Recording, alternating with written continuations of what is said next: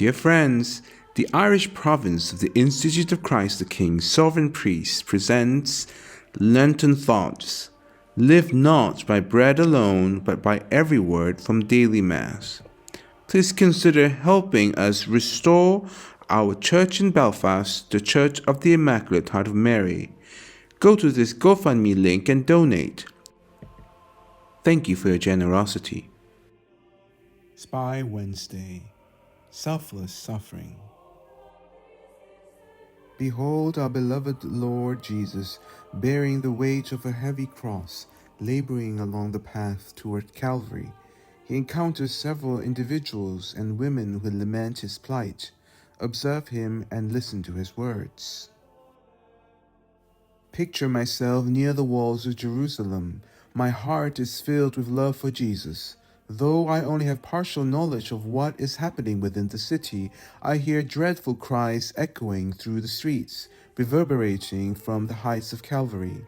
I strain to listen, and the horrifying words become clear. Crucify him, crucify him. Is it Jesus they wish to crucify? No, it must be Barabbas, the rebel and murderer.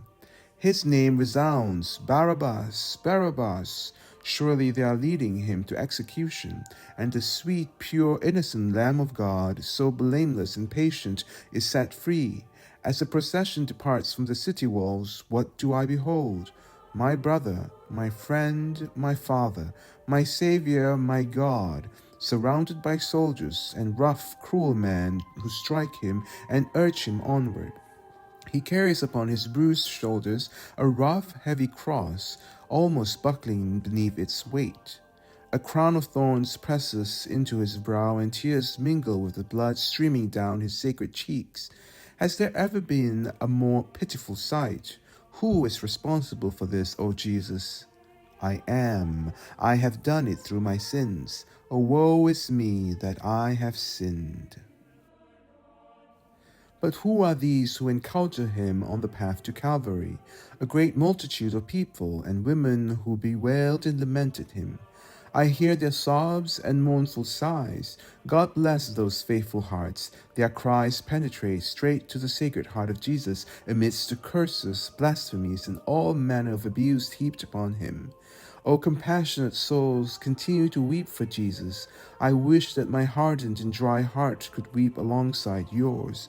Why do I not shed tears of blood for him, my love, my sole source of goodness?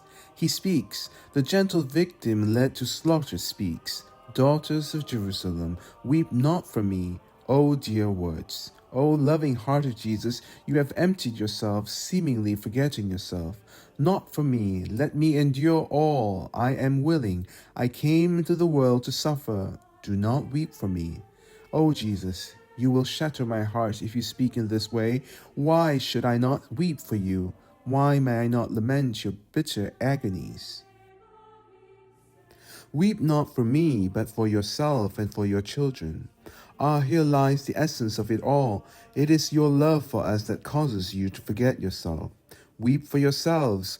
Oh, the selfless heart of Jesus, which in the midst of its own agony considers only the welfare of humanity and the impending consequences that will befall them. How unlike Jesus I am, despite professing to follow him and having him as my sole guide. Whatever I endure justly because I deserve it and because it is God's will. Yet even knowing this, I complain and seek sympathy from others. I fail to consider suffering for the sake of Jesus, let alone suffering anything for the sake of others. Yet Jesus bore everything for us and did not want those compassionate women to weep for him. He thought of them and their children, forgetting himself. O Jesus, my Lord, the love of my heart, I empathize with you and love you. I empathize with you and love you. I resolve by your grace to bear all crosses and trials patiently for your precious sake. For the love of you, I will prioritize the sufferings and misfortunes of my neighbor over my own. Grant me the grace to be selfless.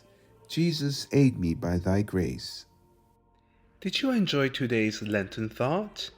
Why not help us make this former Presbyterian church worthy of the Catholic liturgy, our beloved Church of the Immaculate Heart of Mary in Belfast? To donate, go to this link. May God bless you for your generosity. And may the Immaculate Heart of Mary triumph in Ireland.